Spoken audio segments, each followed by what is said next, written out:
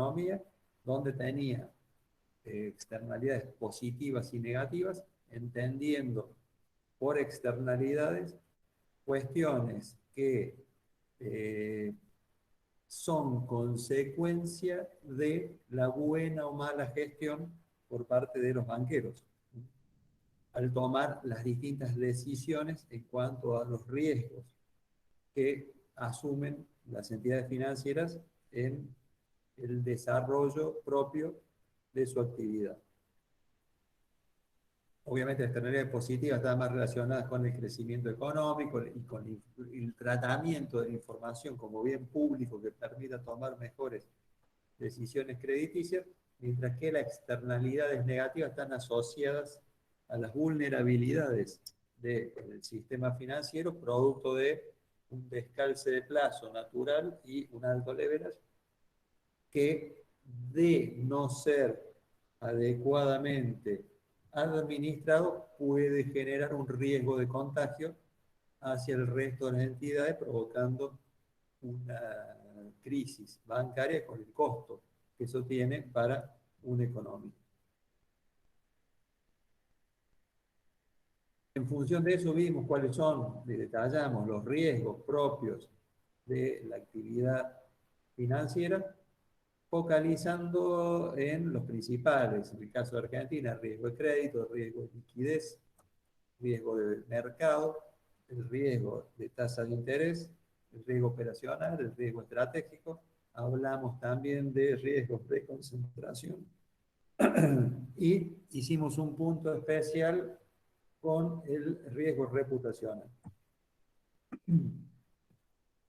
Por último, en cuanto a la identificación de los riesgos, marcamos los distintos estadios dentro de los cuales las entidades financieras deben identificarlo a nivel institucional, de líneas de negocios, de productos y de transacciones, es decir, va de lo macro a lo micro.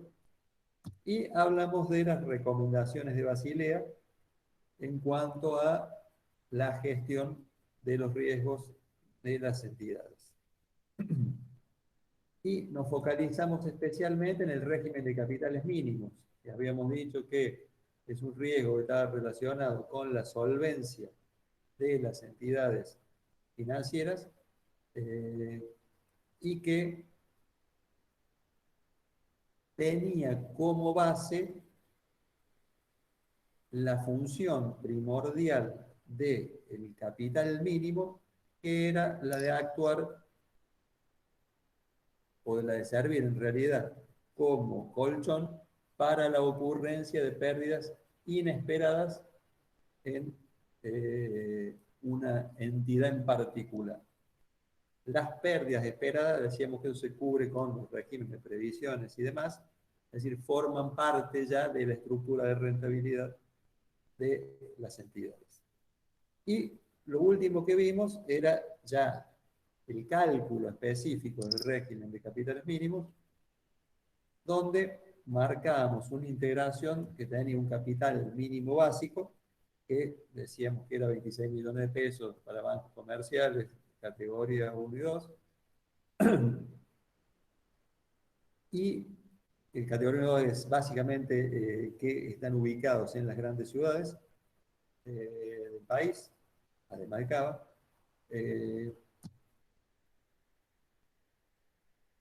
y hablamos de lo que es la responsabilidad patrimonial computable, que es el valor patrimonial que se utiliza como representativo del capital propio y que funcionaba como la integración. Esta integración, este nivel de capital estaba dado por una exigencia. Esa exigencia estaba calculada como el riesgo de crédito más el riesgo de mercado, el riesgo de tasa de interés y el riesgo operacional. Y ahí, hasta ahí habíamos llegado.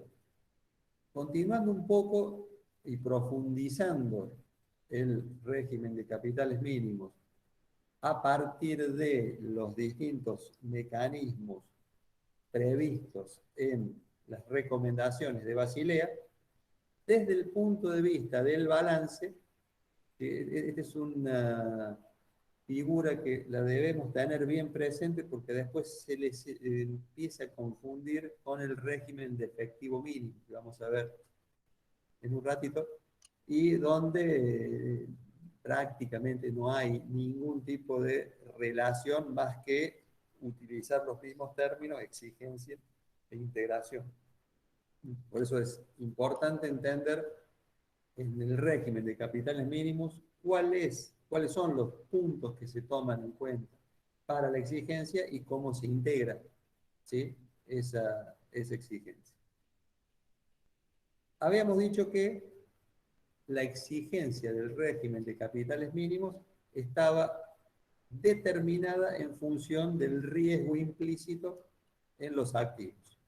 A medida que la entidad tenga mayores activos riesgosos, es mayor la exigencia en la integración. De hecho que en algún momento en Argentina, por ejemplo, existía algo que hoy está suspendido, simplemente se los menciono como una cuestión de conocimiento general, que era lo que se llama el indicador de riesgo de tasa de interés.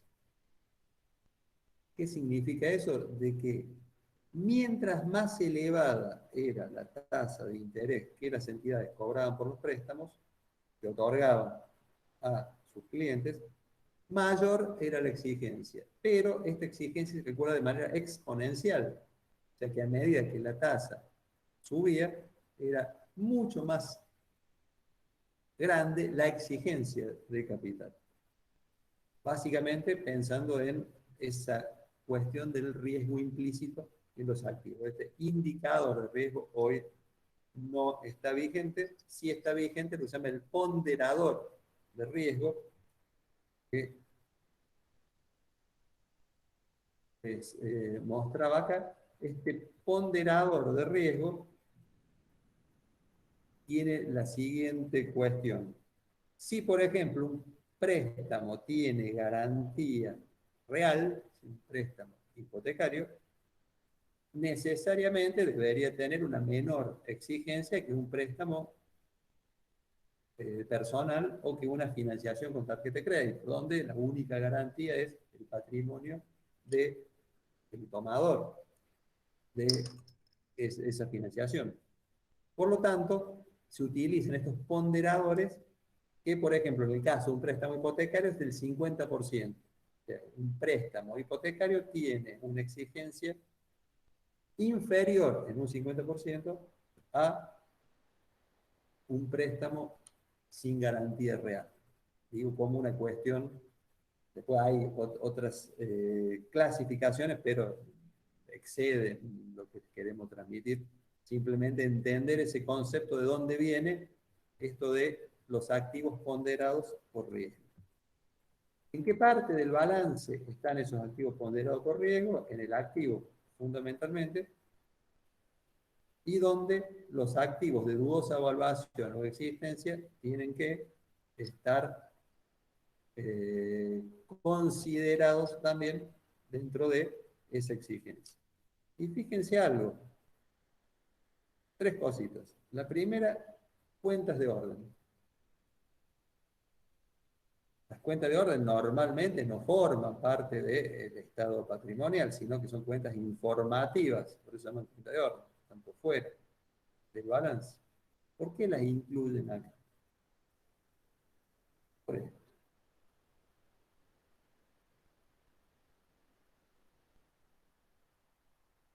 riesgo de titulización. ¿Se acuerda que les comenté muy rápido el otro día y dijimos que después lo íbamos a ver más en detalle? Recordemos que es la titulización o securitización, es la operatoria que utilizando la herramienta del fideicomiso le permite a las entidades financieras transformar activos ilíquidos en títulos que cotizan habitualmente en el mercado.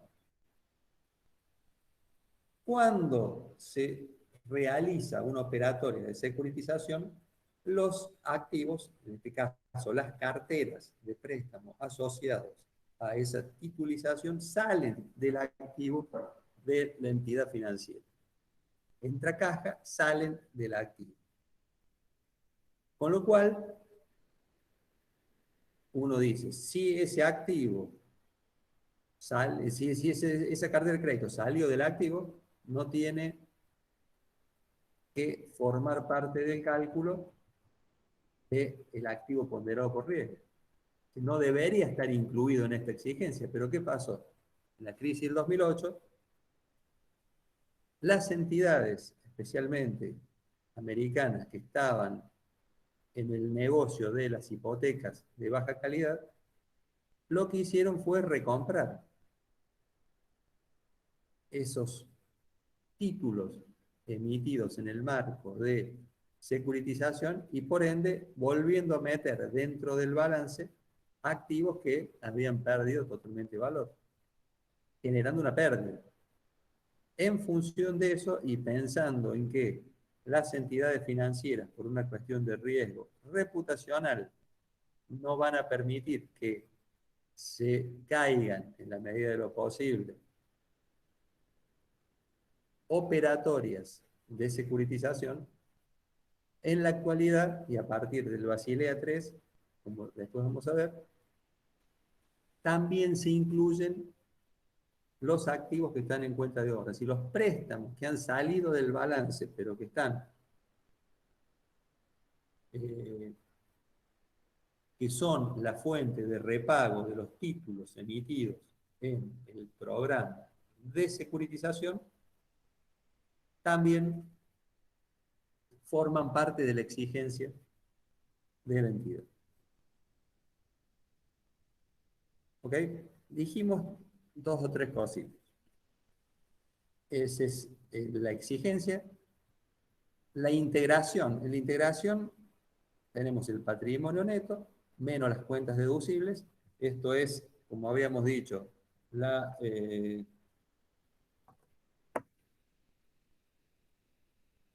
integración del régimen de capitales mínimos, patrimonio neto básico más complementario, menos conceptos deducibles que conformaban la RPC, la responsabilidad patrimonial computable de la entidad, que es básicamente lo que está reflejando acá.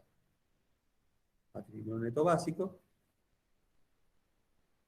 Acá tenemos la deuda subordinada, que básicamente es el patrimonio neto complementario, y las cuentas deducibles, que son los conceptos como bienes intangibles, por ejemplo, que en realidad son pérdidas activadas, por lo tanto, la normativa obliga a sacarlas del balance.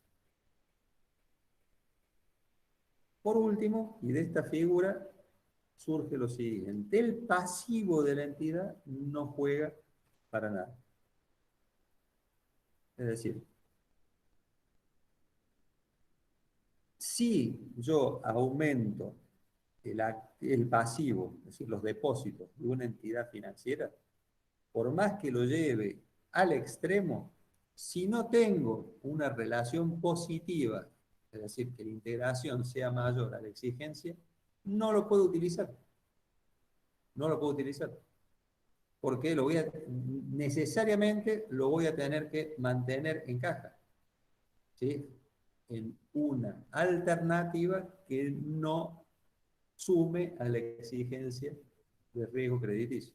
Esto reemplazó a lo que antiguamente era el régimen, el límite de endeudamiento. O sea, antes del año 88, cuando se divulgan las primeras recomendaciones de Basilea, en Argentina se implementa en el año 93-94, las entidades financieras tenían que cumplir con un tope de endeudamiento, que era básicamente depósitos sobre patrimonio neto.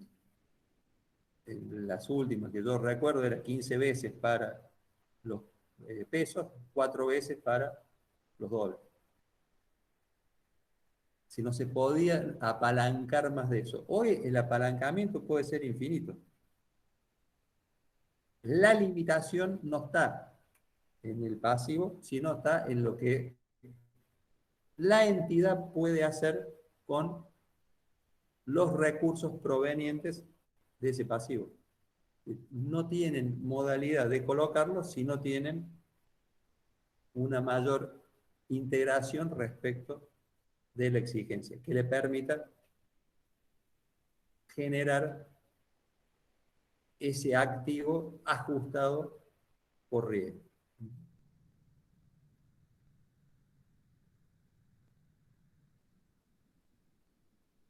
Vamos a las recomendaciones de Basilea.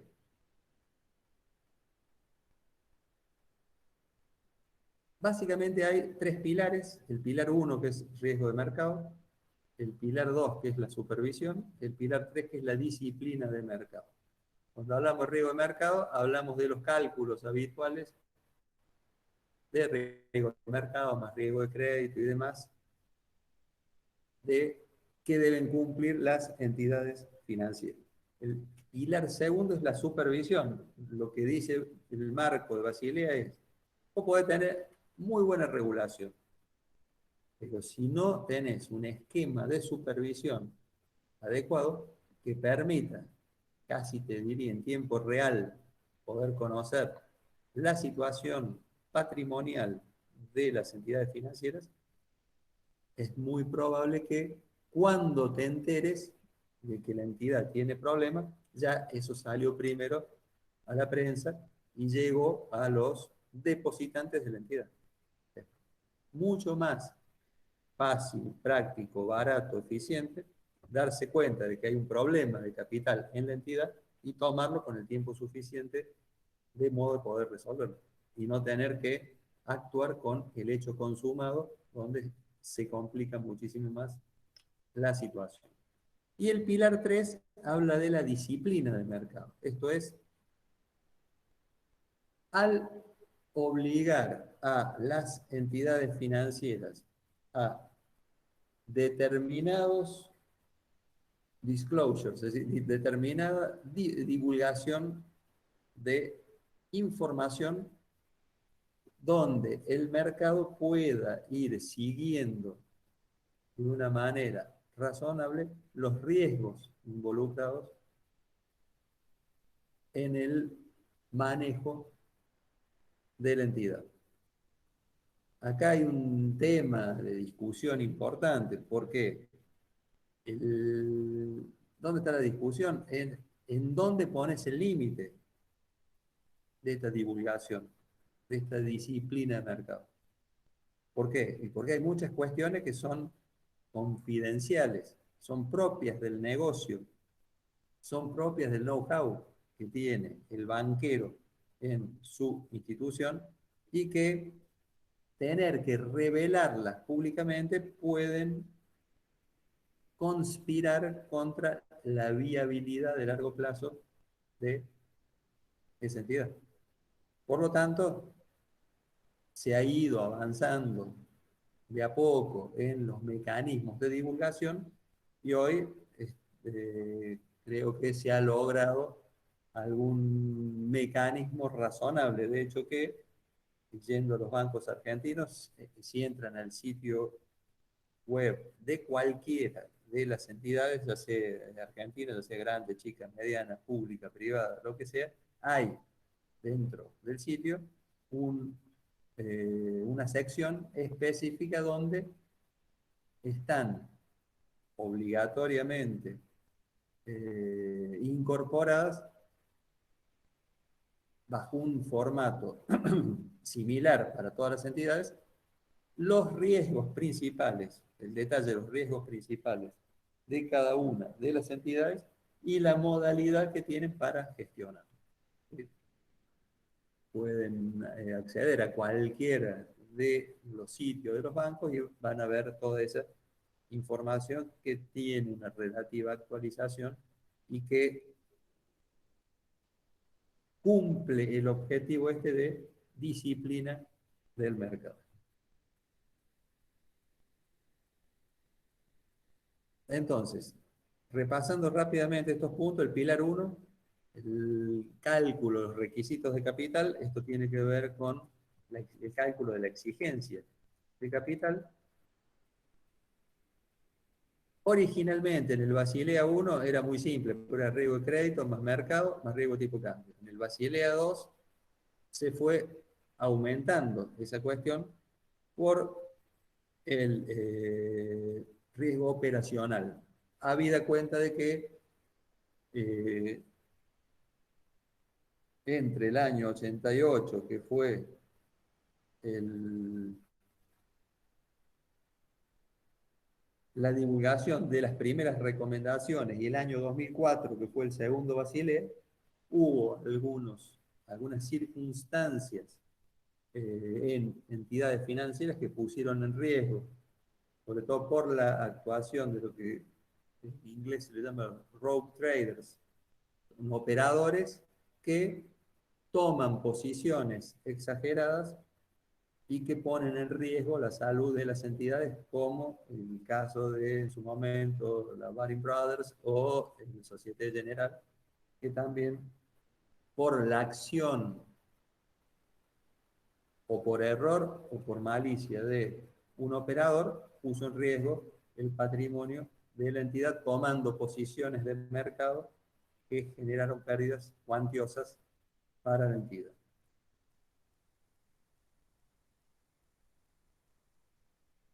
Del pilar 2 y del proceso de supervisión, eh, básicamente la recomendación apunta a que los bancos centrales, que en general, como en el caso de Argentina, tienen un sector de supervisión, como la Superintendencia de Entidades Financieras y Cambiarias que existe en la Argentina, eh, tengan la capacitación, tengan las herramientas, tanto informáticas como de conocimiento, ya sea estadísticos, económicos, financieros, normativos, etcétera, para poder de una manera prospectiva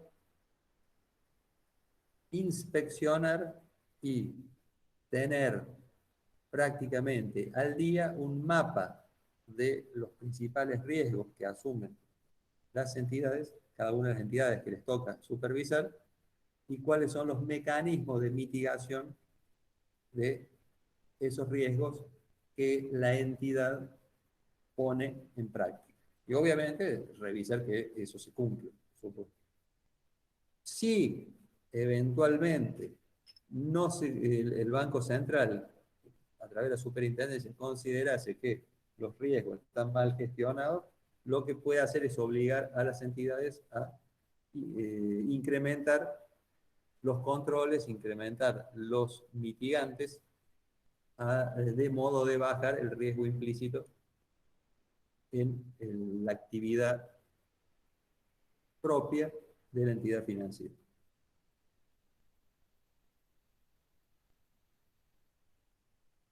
Un punto clave y que sobre todo surgió con más fuerza a partir de la crisis del 2008 fue la exigencia de que la alta dirección del banco, eso comprende la dirección ejecutiva y la alta gerencia, deben involucrarse activamente en el control de los riesgos y sobre todo en la planificación futura de necesidad de capital. Deben estar perfectamente imbuidos de cuáles son esos riesgos y no solo eso, sino que se debe determinar el apetito al riesgo. Es decir, cuánto riesgo, se debe cuantificar cuánto riesgo quiere tomar la entidad y obviamente deben poner los limitantes y controles para que se cumpla ese apetito de riesgo definido por cada una de la entidad. Esto se hace vía un proceso que se llama el informe de autoevaluación de capital, donde la entidad debe definir cuáles son los principales riesgos y debe detallar cuáles son los principales mitigantes en la, en la gestión. Perdón. El pilar de la disciplina de mercado es lo que le había comentado. un poco de historia, ahí lo tienen, simplemente cómo fue evolucionando, simplemente de esta filmina rescatar un punto. La base normal y habitual que se considera a partir del Basilea I como exigencia, como alícuota, perdón, para medir la exigencia por riesgo es el 8%. ¿De qué? Es el 8% del capital sobre los activos ponderados por riesgo. ¿Esto qué significa? Significa que la entidad financiera debe en todo momento mantener un 8% en promedio. Esto en general es un poco más, la vamos a ver por qué, pero como mínimo un 8% de los activos ponderados por riesgo debe ser la integración, es decir, el capital de la entidad. ¿Qué significa esto, el 8%? Volvamos un poquito acá a la filmina, que es lo siguiente, por cada peso de capital que adicional que la entidad agregue en su patrimonio, puede crecer 12 veces en el activo.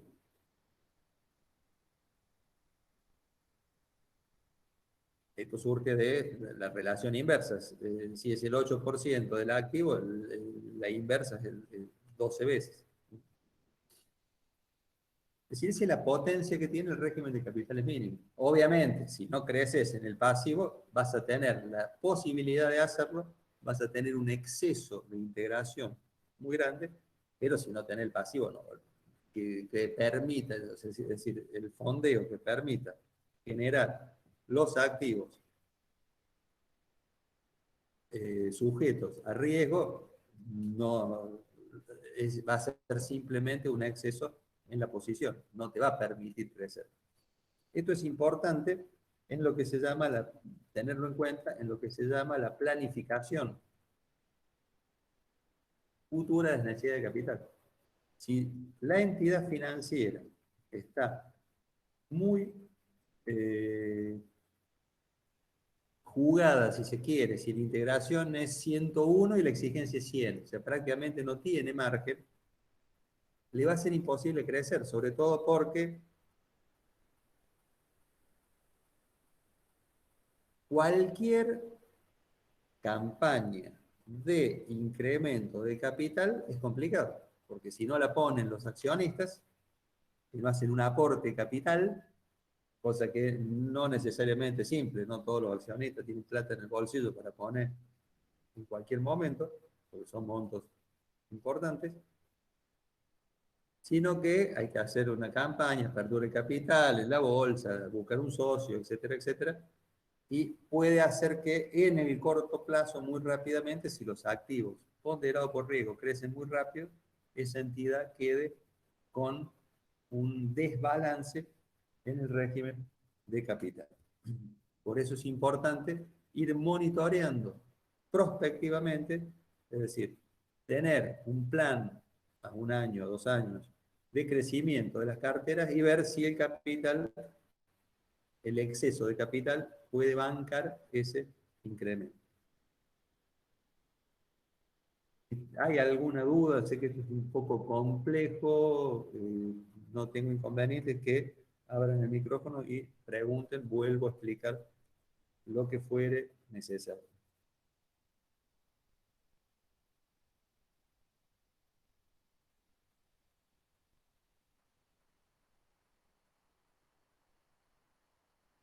Estamos bien, profe. Bárbaro. Y hablando de complejidad, ahora lo vamos a complicar un poco. Esto, de nuevo, son cosas que no se las... eh, a ver, lo que me interesa es que lo entiendan conceptualmente a este gráfico, el por qué cada una de estas cuestiones. En el Basilea II se agregó un punto relacionado con el capital básico.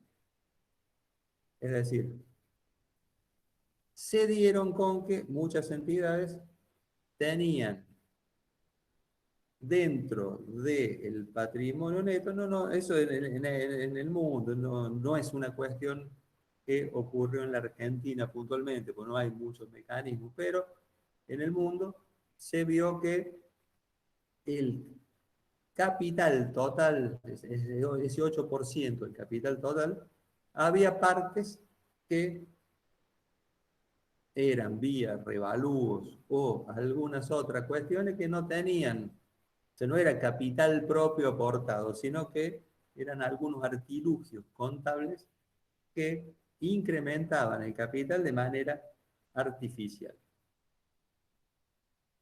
Y eso se agravó especialmente en el Basilea III, que se aplicó después de la crisis del 2008, donde se agregaron colchones de conservación y colchones anticíclicos. Esos son mecanismos para quitar la prociclicidad del régimen de capitales mínimos.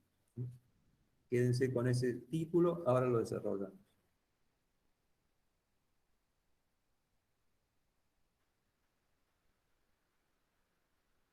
La, cuando hablamos de la exigencia de capital mínimo y su integración, es decir, si la entidad cumple con lo previsto en la normativa, nos referimos específicamente a lo que se llama el capital regulatorio, de acuerdo a la normativa. De acuerdo a la normativa, se hacen los cálculos respecto de los distintos rubros del balance y eso te da la exigencia, el número de integración que la entidad debe tener en su responsabilidad patrimonial computable. Ahora bien, hay otros riesgos, como por ejemplo, que hemos visto, como por ejemplo el riesgo reputacional o el riesgo de liquidez, que no están incorporados en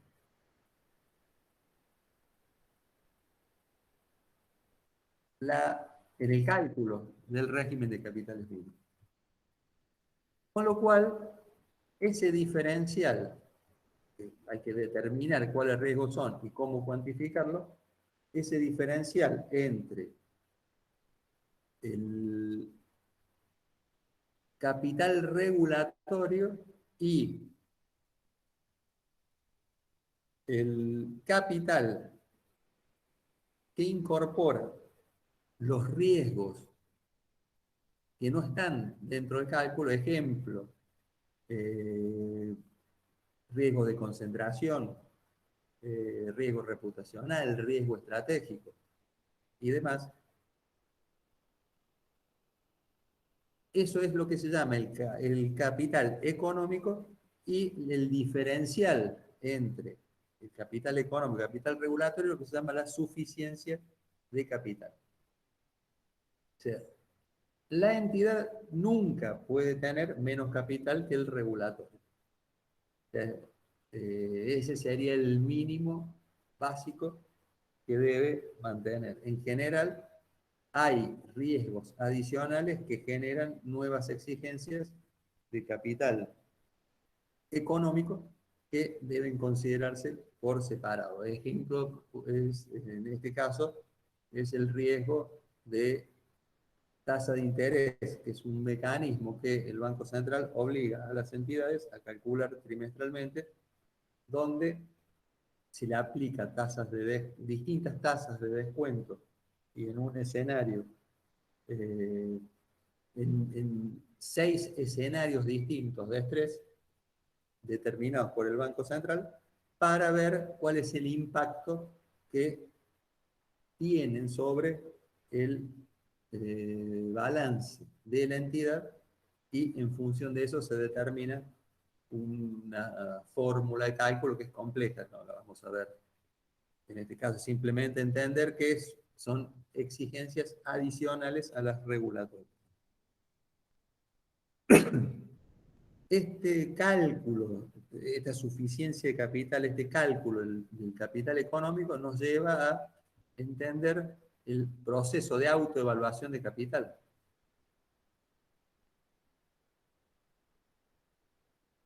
Este informe de autoevaluación de capital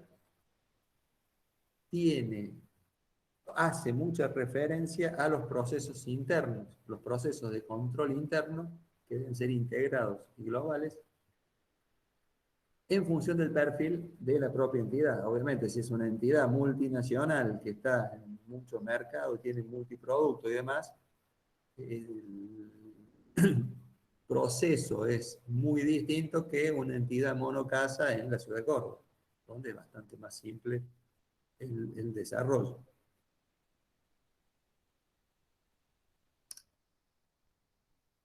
Simplemente para reafirmar lo que venimos diciendo y ponerlo en términos matemáticos, el capital económico se podría definir como un alto percentil de la distribución de pérdidas menos la pérdida esperada, que es la media de la distribución de pérdidas. Es decir, todos los riesgos, la cuantificación de las potenciales pérdidas, de todos los riesgos identificados y evaluados por la entidad financiera, menos la media de la pérdida, o sea, el promedio, ese diferencial es lo que debe contener el capital económico.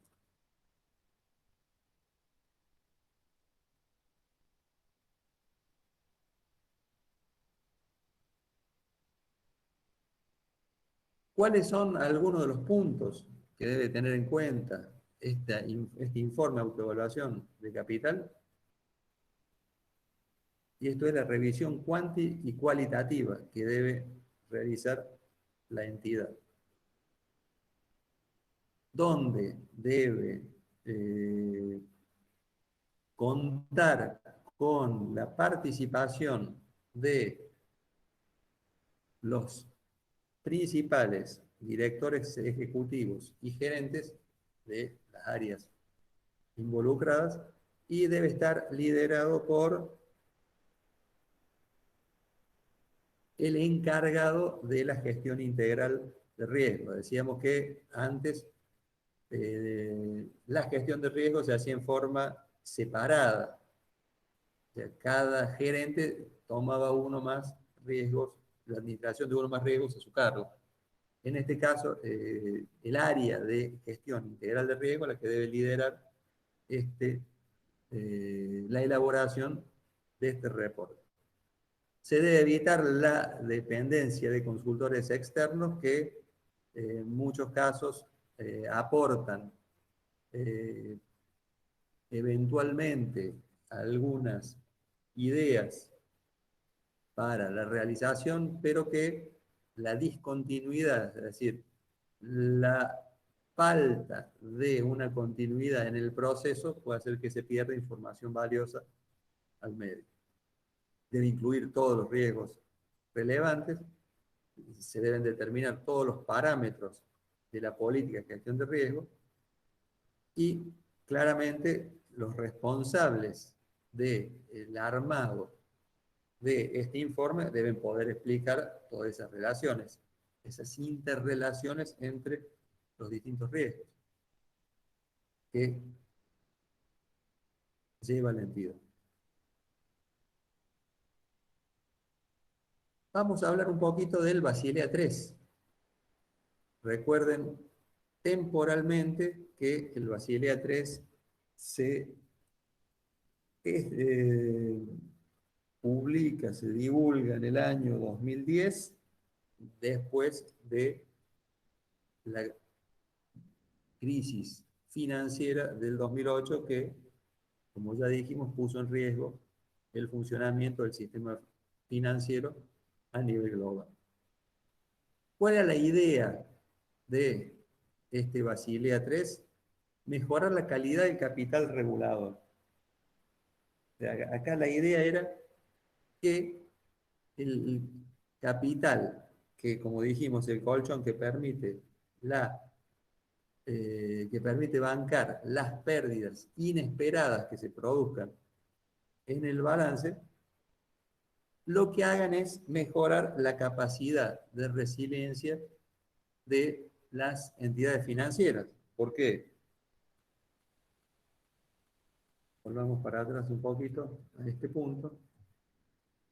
Si la entidad financiera no tiene suficiente capital, esto es, producto de que los activos son malos y se generan pérdidas, por ejemplo, en la cartera de crédito,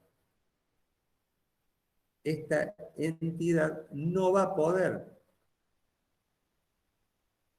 generar una actividad de intermediación financiera, es decir, poder generar una actividad de préstamo que sea adecuada para una economía.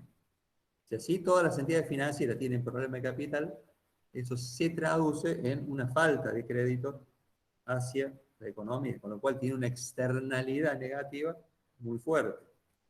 Por ello, entonces, lo que se busca es que las entidades tengan niveles de capital suficientes aún en tiempos de tensión, aún cuando hay situaciones de tensión. El caso puntual de la actualidad es muy relevante.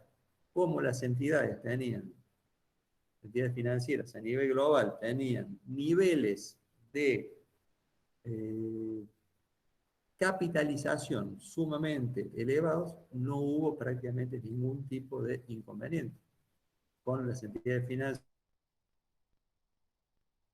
y si bien la actividad económica se derrumbó, como vimos en algunas clases atrás, el sistema financiero se las arregló para mostrar buenos números y si uno lee los diarios de esta semana, donde los principales bancos como Wells Fargo, JP Morgan, Citi, Bank of America o bancos de inversión como Morgan Stanley o Goldman Sachs presentaron sus resultados sorprendiendo, pero sorprendiendo para bien a los analistas. O sea, han venido con balances muy sólidos, lo cual llama mucho la atención en medio de semejante crisis de la economía real.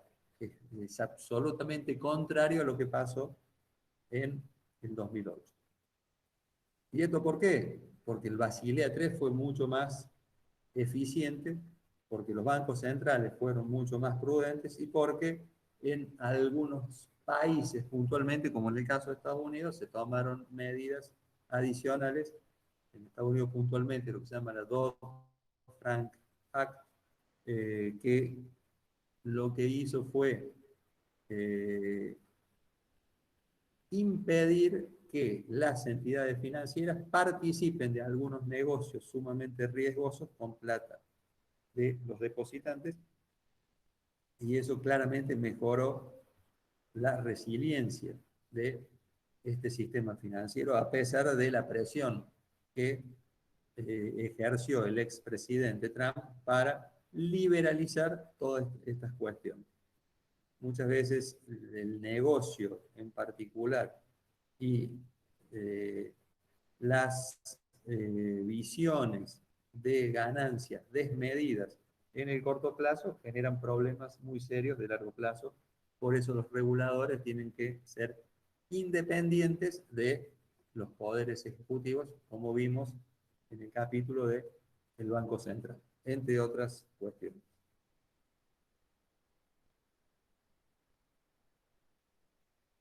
¿Cómo se realizó en parte estas reformas? O sea, ¿qué involucraron estas reformas? Añadir elementos macroprudenciales al marco regulador. Esto simplemente se los menciono, en la clase que viene vamos a profundizar en las regulaciones macroprudenciales. Simplemente aclarar. Cuando hablamos de regulaciones microprudenciales, como el régimen de capitales mínimos, por ejemplo, apunta a que los reguladores le den solidez a las entidades financieras en forma individual. Se supone que Si todas las instituciones a nivel individual son sólidas, eso de alguna manera permite que el sistema financiero en su conjunto sea sólido. Pero ahí nos encontramos con un problema que saltó justamente allá por la crisis del 2008. ¿Cuál es? Resulta que todas las entidades financieras tenían buenos niveles de capitalización, buenos niveles de liquidez. Esta liquidez se mantenía en títulos, en muchos casos, respaldados por activos y emitidos en el marco de securitización. Si se hubiese caído una entidad en forma individual, lo que hacía era salir al mercado, vender esos títulos y con eso financiaba la salida de depósitos. Ahora, ¿qué pasó? Todos esos títulos cayeron de precio. Y en el mismo momento se le generó la necesidad a todas las entidades de devolver depósitos o pagar otras obligaciones. ¿Y qué pasa cuando todas las entidades salen a vender el mismo título al mismo momento? Probablemente desaparecen los compradores y se produce una fuerte caída en el precio de esos títulos, generando obviamente un problema de balance peor en las entidades. Esto es lo que se llama riesgo sistémico y es lo que la regulación macroprudencial, que vamos a ver la clase que viene, apunta a resolver.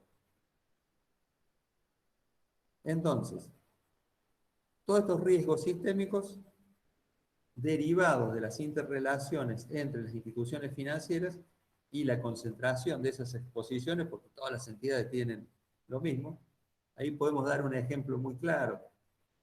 En el año 2001, las entidades financieras argentinas tenían unas exposiciones superiores al 50% en sus activos en títulos públicos. ¿Qué pasó el 28 de diciembre del 2001? El entonces presidente, en la Asamblea Legislativa, dijo que no iba a pagar la deuda. Esos títulos cayeron de precio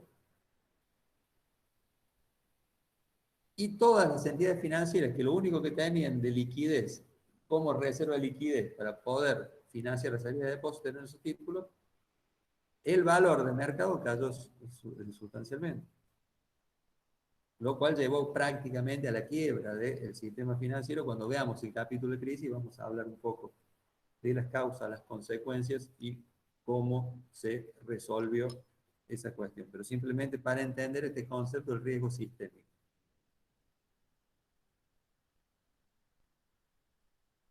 Lo que prevé entonces el Basilea III para mitigar los riesgos que estamos conversando tiene que ver con el incremento o la constitución de distintos colchones de capital, ya sea para que en los buenos momentos del sistema financiero se generen reservas para utilizar en los malos momentos, como el que ocurrió en 2020, por ejemplo, donde hubo alguna liberalización en cuanto a el régimen de capitales, pero eso lo pudiste hacer porque guardaste colchones de capital en las buenas épocas. Y también una cuestión adicional que tiene que ver con las entidades de importancia sistémica. Es decir, cuando una entidad, por su tamaño o por su interconexión con el resto del sistema, es muy importante desde el punto de vista sistémico, es lógico que tenga que ser más sólida y solvente que el resto, por el riesgo de la externalidad negativa que eso trae aparejado. Por lo tanto, se establecen este tipo de colchones. De nuevo, vamos a profundizarlo un poco la clase que viene. Y estos colchones tienen que ver con este concepto de prociclicidad. Parece, como les decía, un trabalengua, pero que es importante de analizar. Perdón. ¿Qué es la prociclicidad? Lo definimos como la tendencia de las variables financieras a fluctuar alrededor de una tendencia durante el ciclo económico. ¿Qué significa? Un incremento en la prociclicidad, que las fluctuaciones sean con mayor amplitud. Esto genera desvíos en la evolución del sistema financiero en el largo plazo, pero ese efecto de largo plazo influye sobre el corto plazo. ¿Cómo funciona esto? A ver si tengo... Lo vamos a ver, por ejemplo, con cómo funciona esto. Acá tenemos en azul la evolución del precio de las viviendas en Estados Unidos. En naranja el crédito y en verde el Producto Bruto Interno nominal de ese país. Fíjense cómo crece el precio de las viviendas antes de la crisis, en 2008, en el 2008 cae, cómo crece por sobre la media y cómo crece el crédito. Esto es lo que se llama prociclicidad. Generar un crecimiento en los activos subyacentes producto de utilización del crédito.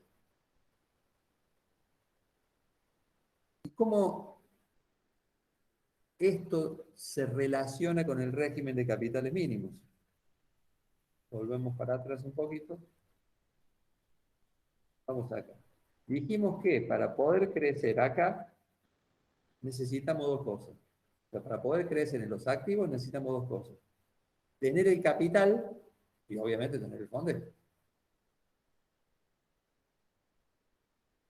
En las buenas épocas, cuando el ciclo económico va para arriba, cuando el ingreso disponible crece, cuando hay más trabajo, cuando las empresas venden más, invierten más, los consumidores consumen más, es el círculo virtuoso, la actividad bancaria, por ser una actividad cíclica por excelencia, gana más plata. Entonces, como la industria bancaria gana más plata, hay mucha más gente dispuesta a invertir en el patrimonio de las entidades financieras. Con lo cual, en el buen momento es muy fácil conseguir más capital que lo habitual. Eso tiene un efecto procíclico. ¿Por qué? Porque mientras más capital conseguís, más podés apalancar el ciclo. Más podés exacerbar ese ciclo. Mayor crecimiento puede tener la cartera de préstamos, porque tiene más capital sobre el cual se sustenta. Ahora, ¿qué pasa al revés? ¿Qué pasa cuando hay recesión? ¿Qué pasa cuando la gente no paga los créditos porque tiene un problema económico? Eso produce pérdidas en las entidades financieras, pérdidas sustanciales en las entidades financieras, y en ese caso, las entidades financieras lo que hacen por falta de capital, la pérdida le hace perder patrimonio, por falta de capital, deben destruir crédito. No pueden prestar y en muchos casos deben cobrarle a sus clientes lo que ellos le deben y no renovarle las líneas con el impacto que eso tiene sobre las economías en forma agregada.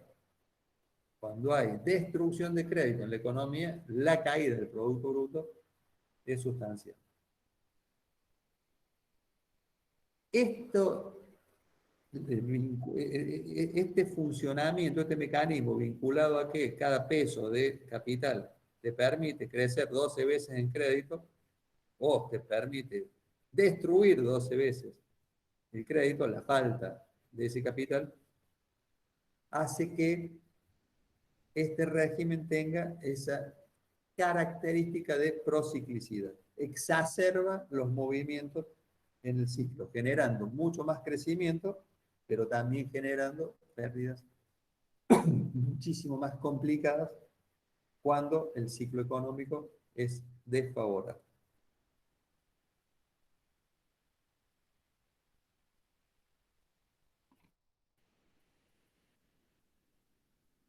¿Cuáles son los mecanismos? ¿Qué otros mecanismos son inherentes a esta exacerbación de la prociclicidad? Por un lado, la competencia por cuota de mercado. Normalmente, cuando las entidades financieras ven un buen entorno económico, lo que hacen es fuertes planes de inversión intentando ganar cuotas de mercado, ya sea en segmentos que conocen adecuadamente, como también en nuevos proyectos, nuevos productos, ya sea a nivel regional o ya sea a nivel de línea de negocio, que en muchos casos genera una expansión de los activos sin un sustento de capital adecuado. Y esto se suma también a la dificultad de evaluación y gestión del riesgo. En muchos casos, dado el apuro de la dirección ejecutiva de una entidad financiera para poder cumplir con lo prometido a los accionistas, en muchos casos se establecen líneas de negocio que no están suficientemente debatidas, que no están suficientemente comprendidas y asumiendo riesgos que después terminan siendo muy negativos para la entidad en particular y el sistema financiero en general.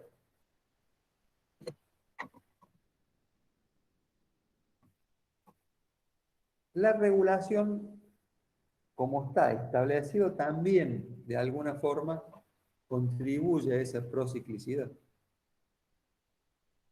Hablamos del ratio del 8%.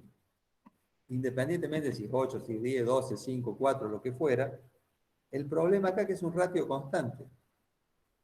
Ya sea que el ciclo económico va para arriba o ya sea que el ciclo económico es recesivo, es constante. Con lo cual, ese ratio constante hace que sea procíclico. Debería ser que ese ratio caiga cuando la economía crece y aumente cuando la economía caiga, para evitar expansión excesiva de crédito, para evitar destrucción excesiva en el caso de un contexto recesivo. Y también hay otra cuestión que tiene que ver con el mark to market o la evaluación o valoración a precio de mercado de algunos activos de las entidades. Vamos con un ejemplo medio bruto, pero que creo que sirve.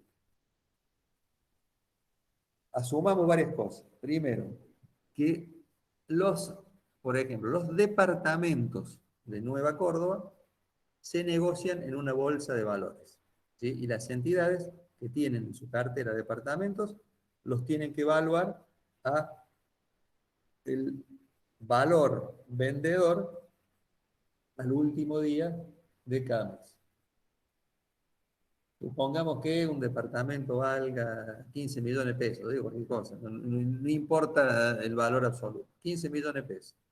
Resulta que el último día del mes, una persona que sí o sí tiene que vender por una urgencia desesperante, sale en los últimos 10 minutos de la rueda, sale a vender su departamento. Tiene 10 minutos para vender.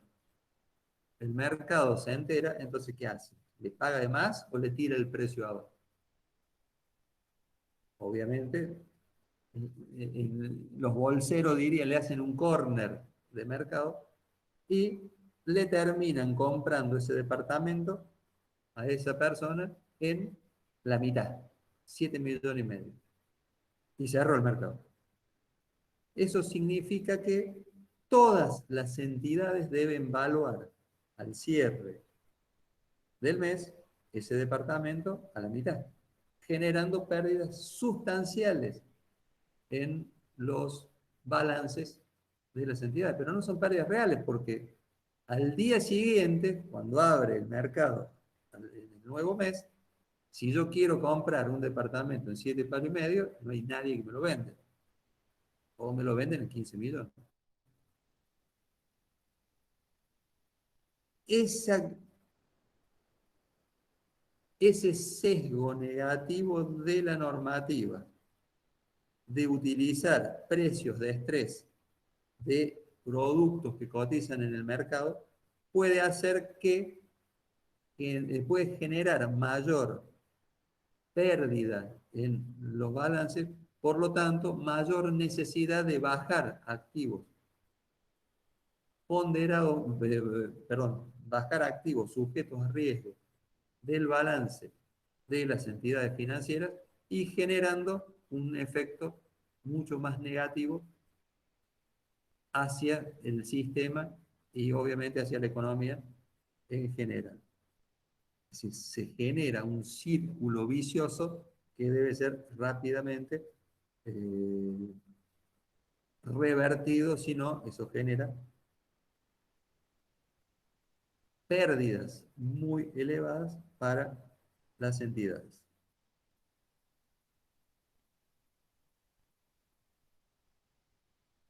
Y otro de los puntos clave, y eso es muy importante de entenderlo y simplemente recordar lo que pasó hace muy poquito con el fondo ese Archegos en la bolsa americana, donde un fondo de capitales familiares lo que hizo fue tomar posiciones apalancadas 10, 12 veces a través de mecanismos de swaps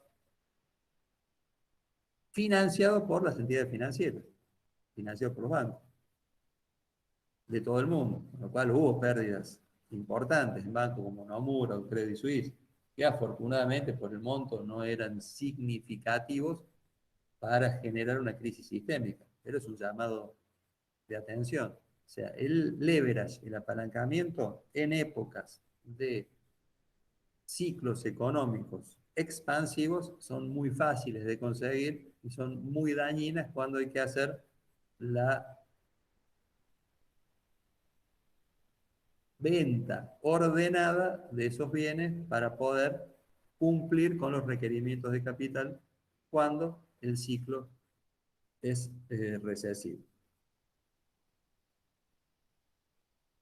Simplemente volviendo a este gráfico y para entenderlo, acá hubo una fuerte suba de los inmuebles proveniente de un fuerte crecimiento en el crédito. Por ahí en las escalas no se ven tan bien, pero el crecimiento del crédito fue muy fuerte y el Producto Bruto venía creciendo razonablemente bien. La caída, o sea, el impago de los créditos que llevó a los bancos a quitarle las propiedades a la gente y venderlas en el mercado llevó a caídas cercanas al 40% en el precio de la vivienda. Es tremenda esta caída. Después sí hubo una recuperación una vez que se limpió un poco el mercado y volvió el crédito. Se limpió un poco, pero fíjense que eso le costó una recesión a Estados Unidos. Está totalmente interrelacionado.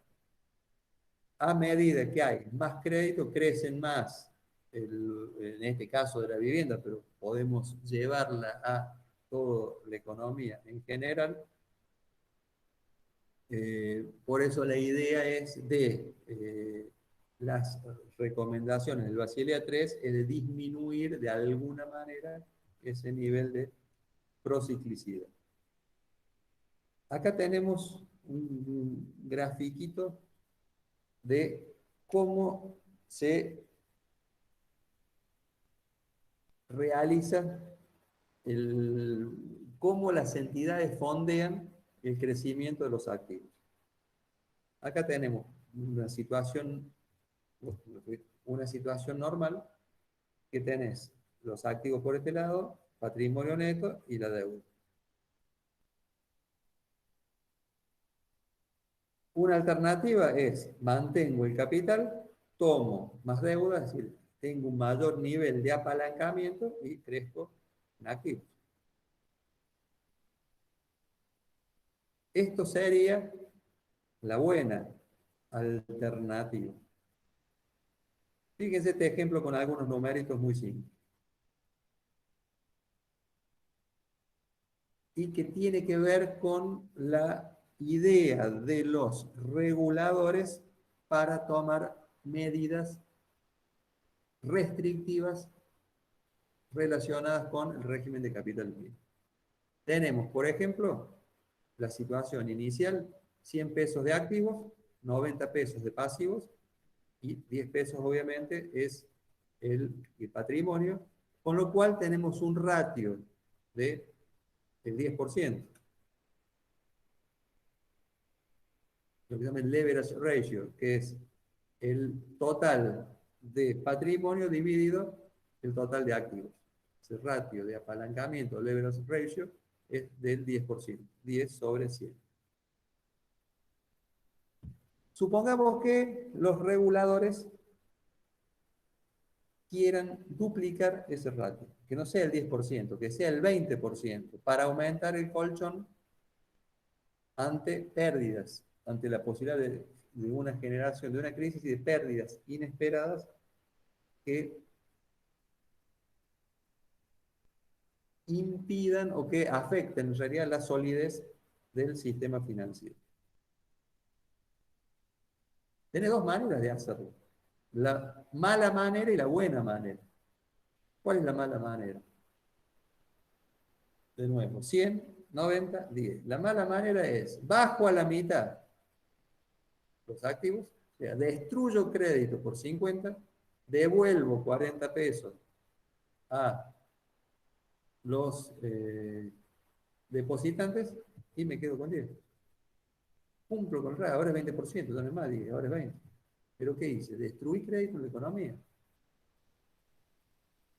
La economía, en este caso es exagerado, pero la economía va a tener 50% menos crédito. Imagínense el impacto sobre el Producto Bruto. Ahora, ¿cuál sería la buena alternativa? Mantener los 100 de activos y que las entidades financieras pudiesen o conseguir 10 pesos aportados por los accionistas o que los distribuir entre los depositantes vendiéndoles acciones esos 20 y esos 10 pesos y llevando 20 el patrimonio. Ahí logramos el objetivo por la buena manera.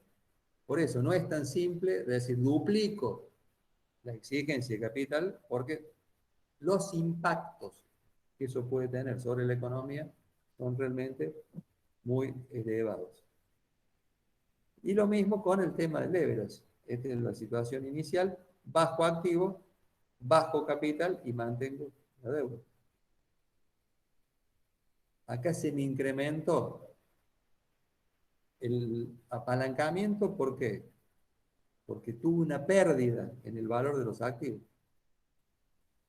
por lo cual me quedó el ratio mucho más bajo.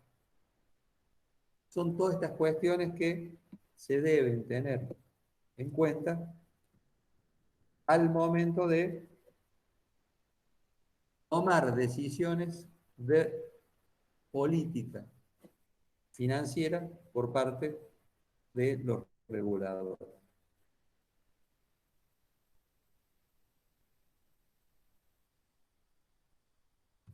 Una filmina más y ya estamos en hora. ¿Cuáles son entonces las medidas que se introducen en el Basilea III para limitar la prociclicidad? Por un lado, se aumenta en un 2,5 el capital ordinario. Esto se hace con cargo a los resultados no asignados y que pueden ser utilizados en momentos de estrés. O sea, mientras la situación está bien, ese 2,5 queda fijo y eso se puede utilizar en caso de estrés. Es, como vimos al inicio, esto que está acá. Es un colchón de conservación del 2,5. Y además, y además, un colchón anticíclico que puede ser entre el 0 y el 2,5, que también puede ser utilizado cuando exista la posibilidad de que haya una destrucción masiva de crédito producto de falta de capital en las entidades. Y por último también, y ya lo dejamos para la clase que viene, los colchones de capital adicional para las entidades sistémicamente importantes.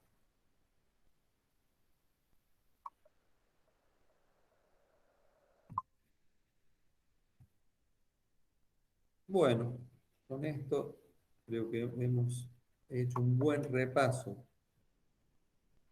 de lo que es el régimen de capitales mínimos